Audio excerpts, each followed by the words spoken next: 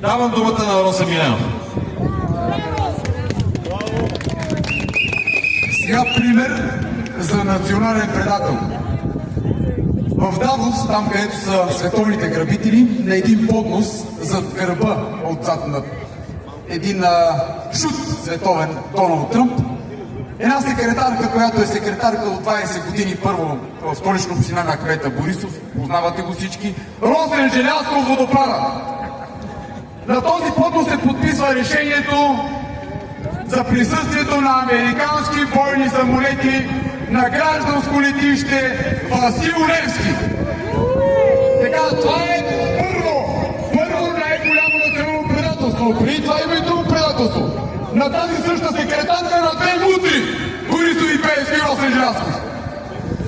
През 2021 година като министър на транспорта подписва анекс към концесионния договор за летище Васил Левски и освобождава концесионера от 800 милиона, които трябва да влезнат в българската хазна, т.е. при данъкоплатеца.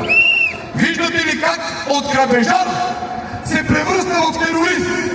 Първо 800 милиона и после на един поднос залага живота и здравето на цялата българска нация.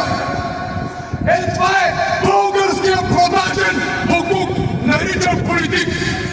Освен, че са кръвни, те са терористи.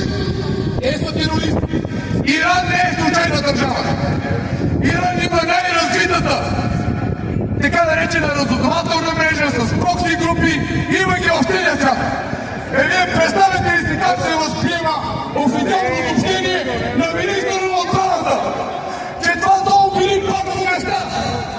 Представете ли си, това е министър от отбраната. Първо места. Това автоматически за тези служби означава, че България е целенасочено. Не българите, не вие, а онези, които стоят вътре в тези сгради, където уж трябва да се кове суверенитета на българската нация и българската държава. Че те целенасочено заемат страната на САЩ.